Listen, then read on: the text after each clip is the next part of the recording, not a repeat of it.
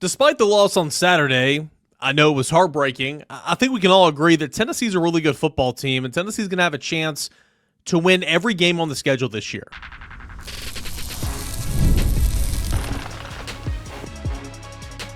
You are Locked On Vols, your daily podcast on the Tennessee Volunteers. Part of the Locked On Podcast Network, your team every day. Hey, good Monday morning, everybody. Welcome into Locked On Vols. I am your host, Cain. I appreciate you guys for being here, making Locked On Vols your first listen, your first watch each and every single morning. We are part of the Locked On Podcast Network, where it is your team every single day. Today's episode is brought to you in part by our friends over at FanDuel Sportsbook. Right now, new customers can bet just $5, and if your bet wins, you'll get $300 in bonus bets to use across the app. Download the app today.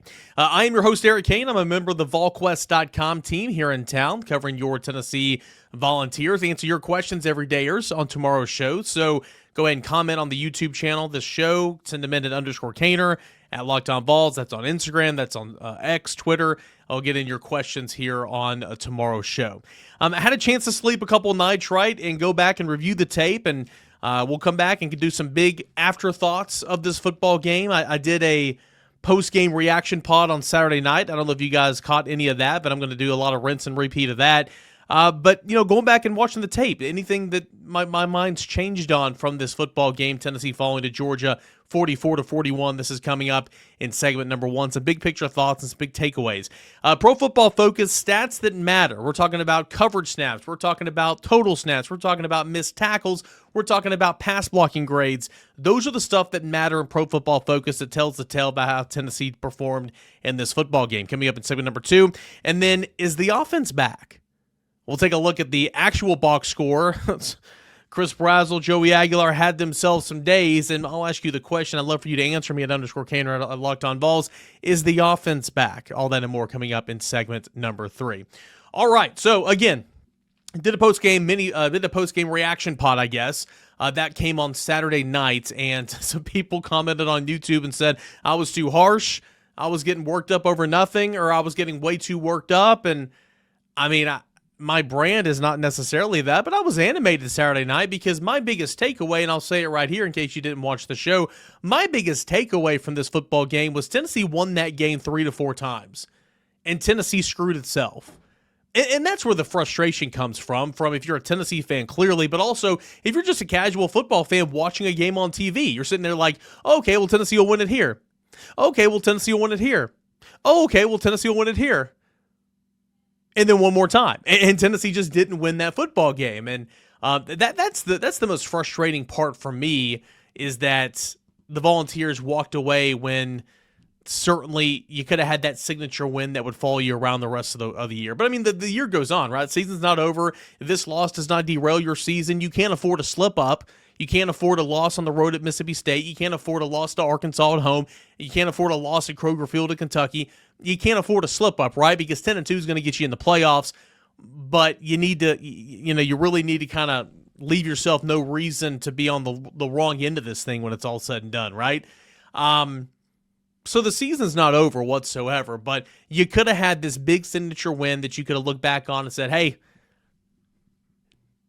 I beat Georgia. Georgia's one of the best teams in the country. That's my signature win, just like Tennessee and Alabama last year. But nonetheless, you had a 2-touchdown lead in the first quarter of this football game. Nobody is saying the game is over after 15 minutes, but in a game that you lost by 3 in overtime, having a 14-point lead in the first quarter, oh, that stings, right? That stings.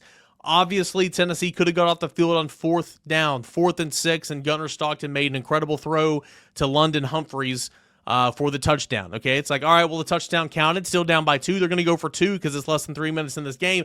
All I have to do is make this stop, and you win the football game, and you didn't make the stop. And it's like, okay, well, even after all that, couldn't get off the field on 4th down. They allowed another 4th down conversion earlier in the game that led to a touchdown. This is becoming a theme, right? But even after that, even after blowing a 2-touchdown lead in the first quarter, even after allowing a touchdown on 4th and 6 late in the fourth quarter, even after allowing a 2-point conversion to be good to tie the ball game, Tennessee still took the football and went down the field and had an opportunity to win it at the buzzer. Max Gilbert missed it wide right. We know that. It's unfortunate. I hope that he learns from this and bounces back, but that was a miss that would have won Tennessee the football game, and so that's unfortunate. We can sit here and talk about conservative play calls after the strip sack fumble from Joshua Josephs. I know Josh Heupel said too high bracket look was the look, and they based on the look is what they were going to do. And if they got a better outcome on third down, he was going to go for it on fourth down. I don't care. I thought that was really bad. That's just my opinion. I'm not a football coach. I don't make $9 million a year. I thought that whole drive was really, really bad. I thought it was passive. I thought it was not aggressive. And Joey Aguilar was humming at that point in time in the football game. And I just thought it was a missed opportunity to run it 3 times. And I understand moving it back the sticks, 1st and 15 doesn't help anything. But that was just not very good in my opinion. So you had chances to win, and you didn't. Georgia picked on the true freshman Ty Redmond. In this football game, he was targeted 7 times, gave up 6 receptions for 113 yards and a touchdown. They went to him on the first play of scrimmage, 45-yard gain to Colby Young.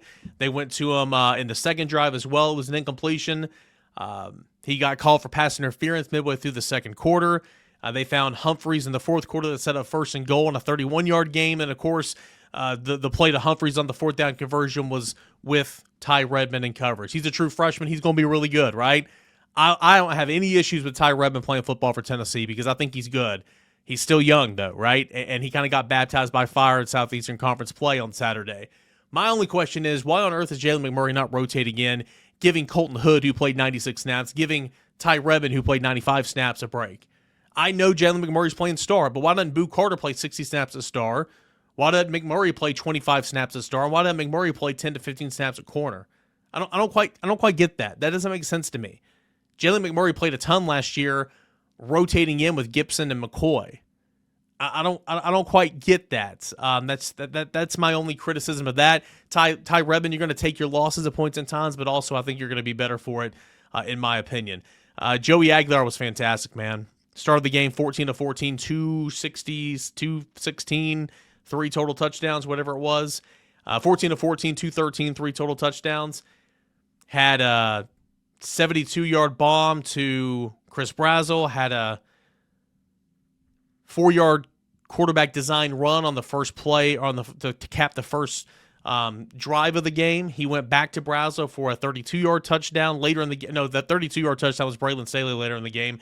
He went back to Aguilar for a 56-some-odd touchdown. I mean, the explosive plays were there. It was awesome, but started 14-14, 213, 3 total touchdowns. In the second quarter, 2 of 7 for 16 yards. The second quarter was a lull. Tennessee got outgained by 112 yards. Tennessee got outscored by 10 points in the second quarter. Tennessee woke up. That was great, and utilized that Brazzell third touchdown to wake up. 56-yard touchdown to take the lead at 28-27 going into the fourth quarter. I thought Joey Aguilar was awesome. Sure, he had 2 turnovers. One, it was pretty much a punt. The other was Braylon Staley fell. I know he threw into harm's way a couple different times, but that was the guy, like, he's exceeded every expectation I've had of him. Like, what we saw on Saturday is what I thought we were going to get in Joey Aguilar, a guy that was going to give you some plays and also put the ball in harm's way a couple of times. You will certainly live with a couple of picks if you throw for 400 yards against Georgia and 5 total touchdowns. That's what he did. Incredible. I thought Joey Aguilar was really, really good. And then finally, more on the defense. Not a great defensive day. Going back watching the tape, there's a lot that I didn't like. I did like the Leos. I did like the strong side defensive ends. I thought that they played very, very good football. A lot to like about the group up front. Even the defensive tackles, they need Moy back and Hobbs back in the worst way, because Dominic Bailey and Bryce Neeson both played 60-plus snaps. That's not good enough, right? They played their tails off, too. Combined for 11 tackles, a TFL, and a sack, a fumble recovery, or something like that. They were incredible, but they're tired. And Georgia was able to establish the run early, and I thought a lot of that was because Tennessee was tired, but also I thought Tennessee's linebackers took horrible angles. At points and times, the edge wasn't set. Just not where you want to be defensively. But still, there were some positives. And I thought in the third quarter, after Georgia marched down the field, 14 plays, 75 yards, scored a touchdown. 13 of the 14 plays, they ran the football. It was very embarrassing. I thought Tennessee responded well. Forced a punt. Tennessee turned it over deep in their own territory, allowed a field goal on a short field, and then Georgia moved the football from one end to the other, and Tennessee held for a field goal. I thought that stretch was really good in the third quarter, and in fact, they caused a turnover on the next possession. Really, it was bookends, right? The first possession of the second half and the last possession of the second half, Tennessee allowed touchdowns that, were just not very good. And then, of course, in overtime, I thought Jeremiah Thielander took just the world's worst angle and then didn't have the speed to overcompensate for that to allow that big run in overtime. So there's a lot of things to clean up defensively, but it's never as bad as it seems. It's never as good as it seems. It's never as bad as it seems. Well, I said this Saturday night, right? Like, what is the talking points coming out of this game? Instant classic, instant thriller. Both these two teams are incredible. Look at the polls here on this week, right? The AP voters, though many of them are not good, but the AP voters and the coaches, that shows you how much they think of Tennessee. Tennessee didn't move in the polls, stayed at 15 in both polls despite a loss to Georgia. So this is not a bad loss. Certainly the way you played is not a bad loss. It's up to you what you do from it from here on out, right? You got to go on the road. You still got to go on the road and win some. You got to win on the road at Florida at the end of the year. You got to win on the road in Tuscaloosa. You have to if you want to be a college football playoff team. You can't stub your toe somewhere else. There was some bad on Saturday. There was a lot of good on Saturday. It's unfortunate, again, going back to my first point, that you lose this game because Tennessee had it won 3 or 4 different times. That's the unfortunate part about it. But how do you respond from here? Tennessee, again, has got so much to play for. So season is certainly not over. The expansion of the college football playoff, that's a great thing. But checking the tape, going back and watching it, there's some things to clean up, and we'll see what Tennessee looks like in that regard moving forward. UAB coming up this weekend, and then back into SEC play on the road at Starkville. We'll be with you every step of the way right here on Locked On Vols. Quick question for all you college football fans out there. If you could go back in time and sit front row for your school's biggest rivalry game, what hat would you be wearing? Yes, I said hat. For me, it would be the Game. These aren't just any hats. So the same vintage style fans wore back in the 80s and 90s, and guess what? They'll go for the same price as they did back then as well. Use the promo code Locked On. You're going to get your vintage hat for $16.99. Head on over to thegamecaps.com, thegamecaps.com. Grab your team's classic bar or retro circle design. Put in that promo code Locked On for an exclusive discount because legends, well, they wear the game. So big shout out to the Game Cap. Big thank you to them. And a big shout out to 5 Hour Energy. Caffeine just got a flavor upgrade. 5 Hour Energy shots deliver the tasty caffeine in 17 bold flavors. Each 2-ounce shot packs the caffeine of a premium 12-ounce cup of coffee. Plus B vitamins and nutrients with 0 sugar and 0 crashes. What I love most is how portable these things are. Big time taste, tiny shot. You can take it anywhere and get the boost when you need it. Honestly, I love how fast it kicks in as well. It's sugar-free, so I don't have to worry about crashing later on as well. Enough with the boring, flavorless caffeine. It's time to give your caffeine a flavor upgrade with 5 Hour Energy shots. Get the favorites you love or be bold and try something new in-store and online at www.5hourenergy.com. That's 5hourenergy.com or on Amazon today. Hey guys, welcome back into your Monday morning Locked On Vols. Don't forget to get in your Twitter Tuesday questions. Mailbag edition of the show that is coming up on tomorrow's show. Everydayers, a time to answer those questions. I know we've probably got a lot to get off your chest. Doesn't have to be a question. If you just want to comment, concern, whatever it is, at _Cainer and at Locked On Vols. Plenty of those from following Tennessee's overtime loss to Georgia, 44-41. Of course, the Bulldogs now have won 9 straight in the series. Not too great. All right, let's take a look at some Pro Football Focus stats that matter. Again, this is just something that I like to look at. Certainly not for everybody, but there are things that we can pick and choose from that I think are very, very good. Now, Pro Football Focus, you're watching on YouTube, you see the grading scale. Elite is 90 to 99. Very good is 80 to 89. Above average starter is 70 to 79. Average starter is 60 to 69, and below average starter is 50 to 59, and less than 50 is considered a backup level player. So you look at some of the grades, and again, the grades, I don't take a whole lot of stock with the grades because I don't believe people that do these grades, they do a fine job, but they don't know the responsibilities of every single person on every single play. So I take it with a grain of salt. But nonetheless, Joshua Josephs, 82%, led the way. Jordan Ross, 76%, Tyree West, 75%, Dominic Bailey, 67%. Those are some of the highest graded players. Ben Bolton, who played 9 snaps at linebacker, 71%. Look at some of the snap counts, though, that you've got to come down a little bit. Dominic Bailey played 65 snaps at defensive tackle. Of course, he's a defensive end playing defensive tackle. 65 snaps at defensive tackle. You had Bryson Eason, who played 66 snaps at defensive tackle. It's way too many for those guys who played well, but way too many for those guys. You need Jackson Moy back in the worst way. You need David Hobbs back in the worst way. And I thought Nathan Robinson would have played more, but he still played 30 snaps. Nathan Robinson played 30 snaps in this football game. Jamal Wallace played 10 snaps. Ethan Utley played 17 snaps. But clearly, they only trust a couple of guys up there, and that's Dominic Bailey, who's a defensive end, 65 snaps. Bryson Eason, 66 snaps, and Nathan Robinson with 30 snaps. Joshua Josephs played 47 snaps. Jordan Ross played 30, and Caleb Herring played. Where's Caleb Herring?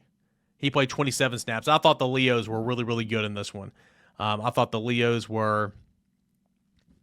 took a step. I thought the Leos did a really, really good job in this regard. The lowest graded player per Pro Football Focus was Idris Farouk. 78 snaps, 45% was his grade. Idris Farouk played 78 snaps. Andre Turrentine played 94 snaps, and he graded out at 54.9. Caleb Beasley hardly played at all, it felt like. He still got in there 20 snaps at safety. 64.3 was his grade. Boo Carter played 28 snaps. Jalen McMurray played 55 snaps, and it looked like those guys only played the star position. I thought McMurray would rotate in at corner, but that was not the case. You know why? Because, again, I mentioned this in segment number 1. Ty Redmond played 95 snaps, and Colton Hood played 96 snaps, or 94 snaps, which is just way too many. Way too many. Let's take a look at the coverage grades for some of these guys. All right, so we'll start with Ty Redmond because, of course, he got picked on. Georgia targeted Ty Redmond 7 times. He gave up 6 receptions for 113 yards. He had an interception. That was at the very end of the first half when they did a Hail Mary. Earlier in that drive, he had a nice break on the ball. Could have had an interception earlier in that drive as well. Gave up a touchdown. He got targeted. It is what it is. He's going to learn from it a little bit. But Ty Redmond, clearly, they made it a point to go after him. 7 targets, 6 receptions, 113 yards. Colton Hood. They only targeted Colton Hood 4 times. He gave up 1 reception for 5 yards, okay? And he did give up the 2-point conversion, which was not fun. Targeted Andre Turrentine twice. Gave up 1 reception for 5 yards. Targeted Jeremiah Thielander once, gave up a reception for 7 yards. Targeted Jalen McMurray in the slot, gave up four targets, 4 receptions, 46 yards, which is not great.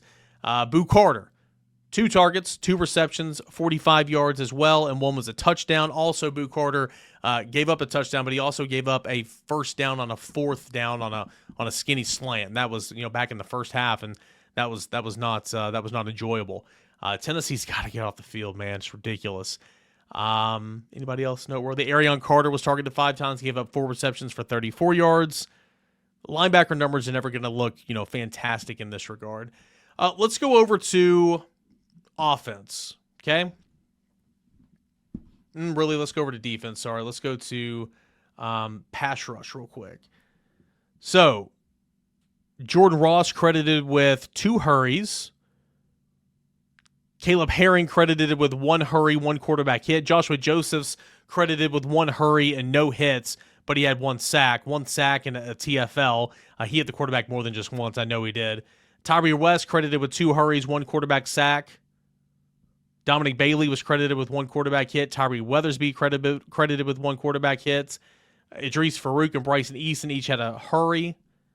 And Arion Carter had a hurry as well. Let's go to offense. Braylon Staley led the Tennessee offense with a grade of 75. You had Star Thomas, 74. Chris Brazzell at 74. Joey Aguilar at 68. Jesse Perry at 68. Again, these grades, if you're watching on YouTube, you see the grades right here. Elite is 90 to 99.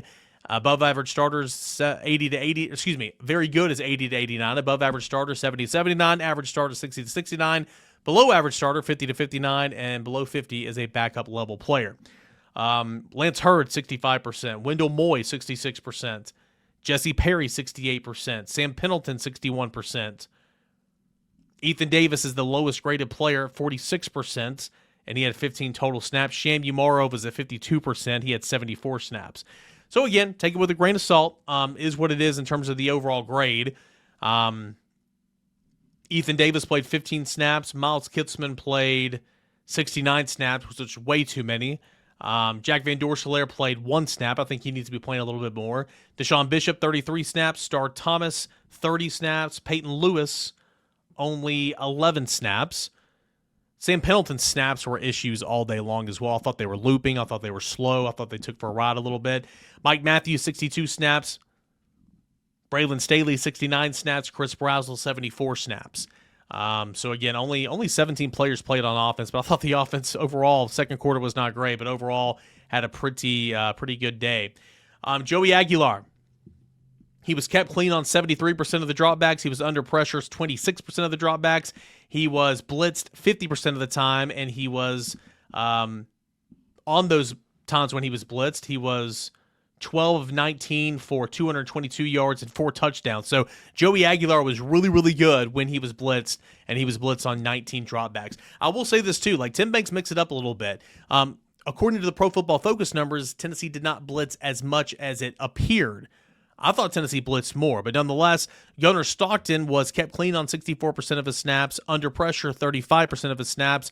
He was blitzed 33% of his dropbacks, and he was not blitzed 66% of his dropbacks. When he was blitzed, again, he was blitzed on 33% of his dropbacks. He was 10 of 13 for 179 yards and 2 touchdowns. Again, I give him credit. He stood in there and took some hits. Tennessee just didn't get home enough like it should, certainly. So, again, those are some of the pro football stuff that stick out to me. Oh, I didn't do missed tackles real quick. Tennessee missed way too many tackles. Tennessee missed 15 tackles in this game. Ugh. Yeah, I had Georgia right there. Tennessee missed 15 tackles in this game. 2 missed tackles from Joshua Josephs, a missed tackle for Jordan Ross. Jeremiah Thielander had 1. Caleb Herring had 1. Arion Carter had 1. Andre Turrentine had 2. Ty Redmond had 3. Idris Farouk had 4, according to Pro Football Focus. So, got to clean some things up for sure. Those are some Pro Football Focus numbers that I think actually kind of matter. What about the actual stat sheet? Who balled out? Who's been a surprise so far this year, and is the offense back? That's coming up next when we continue on here. This is your Monday morning Locked On Vols. We continue on reacting to Tennessee's loss to Georgia. This episode is brought to you in part by Prize Picks, the daily fantasy app where making the right call can actually pay off. You and I can make decisions every single day, but on Prize Picks, being right means cashing in. With football back, Prize Picks is the simplest and fastest way to get in on the action. Just pick more or less on 2 to 6 player projections, and you can turn your takes into real prizes all in less than 60 seconds. 2 to 6 player grid, okay, you're just going to pick more than or less than the stat projection that they have out there, and you can watch the winnings roll in. It's quick, it's easy. Honestly, my favorite way to follow along with football on Sundays for the NFL, even on some other sports as well.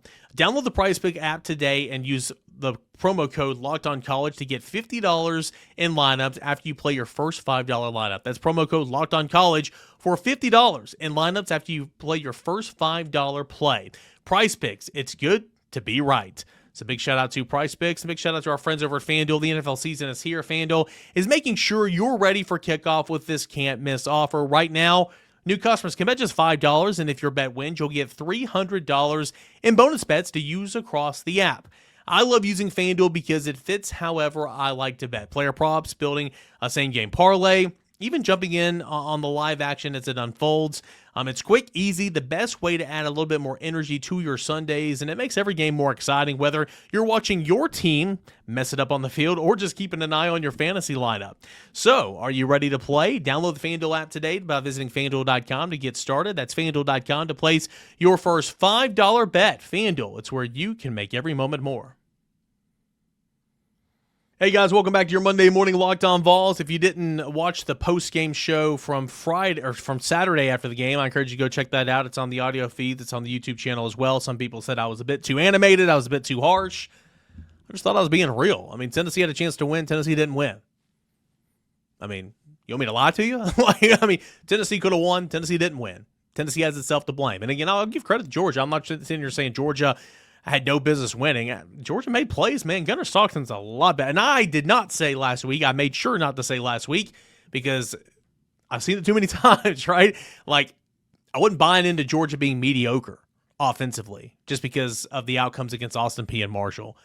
I wasn't buying into Gunnar Stockton being a bad quarterback. Now, do I think that he's as good as Carson Beck or Stetson Bennett? No, I don't. But, boy, he showed me something on Saturday. Tennessee beat him a couple of times, hit him, and he just kept getting up. He stood in the pocket, took some licks. He's a lot better than I thought he was.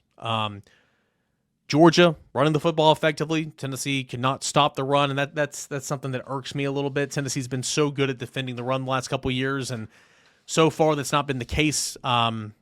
It's not been the case in this game. Wasn't the case against Syracuse as much as you'd like for it to be as well, even though Tennessee only had less than 100 yards rushing in that game, or for Syracuse only had, because of sacks, had less than 100 yards rushing.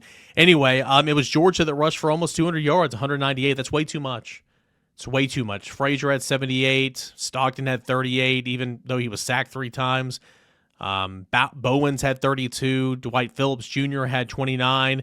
Josh McCray, who scored 2 touchdowns, had 17. Wasn't great. Tennessee could not establish a run. Did get over the century mark at 125, but it was Star Thomas popped one late in the game for 27 yards. If not for that 27-yarder, Tennessee would not have rushed for over 100 yards in the game. He led the way for Tennessee, 60 yards on 9 carries. Deshaun Bishop led the way carries-wise, 15 carries for 54 yards. Peyton Lewis only 5 carries. Thought it was interesting to see the running back rotation this game. They went Deshaun Bishop 2 series, Star Thomas 2 series, and then I think Peyton Lewis got in there. But then they kind of rode the hot hand. You saw Thomas go in. You saw you saw Deshaun Bishop go in. I thought it was kind of interesting how they did that. I think that's the way to do it, right? Clearly, Star Thomas is probably your best running back right now. He looks the best. Deshaun Bishop is playing very, very good football. He needs to stop dropping the football in terms of out there, catching the football. But that's 3 drops in 2 weeks for Deshaun Bishop, which is not great. He did wear gloves, though. But I think Deshaun Bishop and Star Thomas need to continue getting the bulk of the carries until Peyton Lewis kind of breaks through. But yeah, Tennessee defending the run and Tennessee running the football, the ground game. Tennessee lost it, and that wasn't fantastic. That's not a recipe for winning. And typically Tennessee, until last year, doesn't run the football well in this game. And Georgia's good. Give Georgia credit. Georgia's got a really good defense. I know Tennessee scored 41 on them. I hear you. But I'm intrigued to watch Georgia's defense the rest of the way. How many times does Georgia give up over 30 points this season? I'm willing to wager probably not many. They play Alabama, play Texas. Texas isn't looking good. I'm intrigued to see what Georgia does defensively the rest of the year. Is Tennessee the team that scores the most on them? I could see that. But anyway, Josh Heupel said post-game, Georgia's got good players, right? Sometimes some of those plays are going to be made by them. Throwing the football, Gunnar Stockton again, 23-31, 304, 2 touchdowns. He was sacked 3 times, completed 74% of his passes.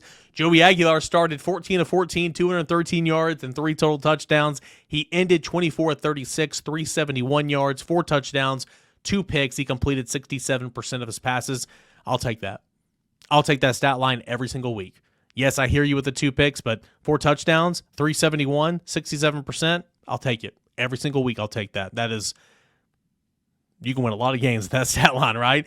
I thought the wide receivers really stepped up, man. I thought Mike Matthews, who was 3rd on the team in receiving yards and receptions, and he was actually 4th in reception. No, he was 3rd in receptions. Anyway, I thought he really earned what he got. Fighting with the corner, boxing out, strong hands, working back to the football, took a couple of licks.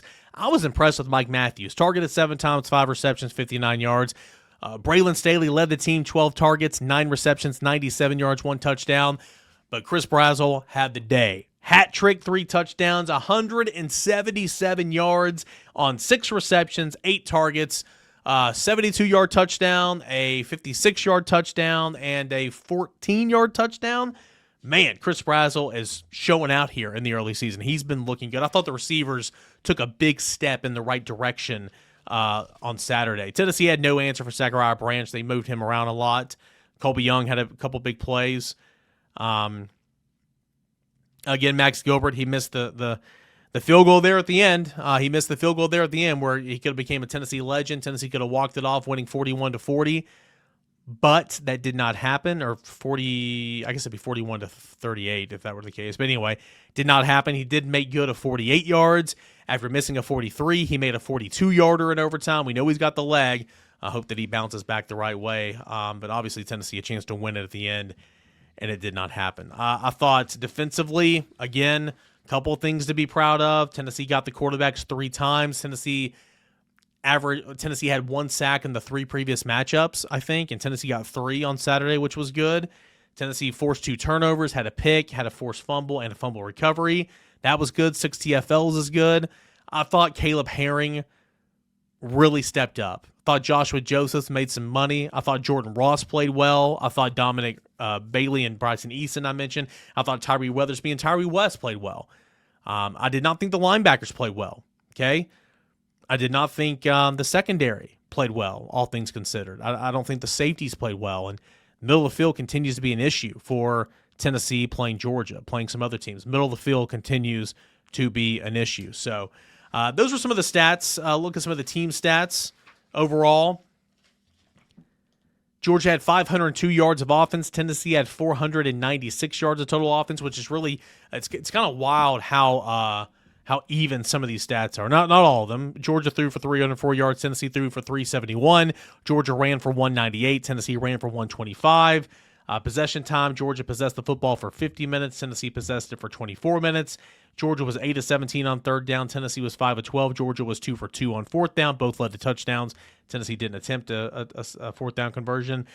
Both teams scored 3 points off turnovers. If you're watching on YouTube, I'm going to share my screen real quick, but if you're listening, I'll certainly tell you what it is. It's wild how even a lot of these stats are. Yeah, let me try to figure out how I'm going to share this. Okay. All right. If you're watching on YouTube, look down here at the bottom of these drive charts. This is the Georgia drive chart. This is the Tennessee drive chart. Georgia on the left, Tennessee on the right. Look at these drive statistics. Total drives, Georgia 14, Tennessee 13. Average time of possession on a drive, 337 for Georgia, 150 for Tennessee. That's the difference. Obviously, there was a big difference. Tennessee goes tempo. 70-plus yard drives, Georgia 5, Tennessee 5. 1 minute drives, Georgia 3, Tennessee 5. That's not great because those were some 3 and outs maybe. 3 and outs, Georgia 2, Tennessee 1. Scoring drives, Georgia 8, 57%, Tennessee 7, 54%. Average yards gained on a drive, 39 for Georgia, 38 for Tennessee. 10-plus play drives, Georgia had 2, Tennessee had 2. Average third down distance, Georgia 5.7, Tennessee 6.4. Drive success rate, Georgia 79, Tennessee 78%. Average starting position, own 31 for Georgia, own 31 for Tennessee. Average number of plays per drive, 6 for Georgia, 6 for Tennessee. 5-minute-plus drives, Georgia had 3, Tennessee had 1. Points off turnovers, Georgia had 3, Tennessee had 1. Touchdown rate, 36% for Georgia, 38% for Tennessee. So again, very similar stats on the offensive end. I thought that was really interesting when I was watching that and kind of doing my research after the game on Sunday afternoon. So anyway, again, if you want fire and brimstone, I guess that's what I was on Saturday night. I don't think I was, but I was animated at times. Is what it is. You can go back and watch that. I thought it was real raw reaction. I thought Tennessee should have won this game. I thought Tennessee was the better team for most of the game. And give Georgia credit, though. Georgia made plays because Tennessee allowed them to hang around when Tennessee could have had that knockout blow several different times. So where do you go from this way? Where do you go from here? Well, Tennessee's going to be at home against UAB, bounce back, and then on the road at Starkville for a Mississippi State game against a team that's much improved. And Tennessee can bounce back. This is not a season ender. I think what we saw on Saturday is the offense, the explosives through the passing game is certainly back. And because you have Joey Aguilar, he can keep you in every single football game. He can keep you and he can win you every single football game. I think that was proven on Saturday for sure. Appreciate you guys for being here, getting those questions, comments, concerns for the mailbag edition of the show that's coming up tomorrow. This is Locked On Vols.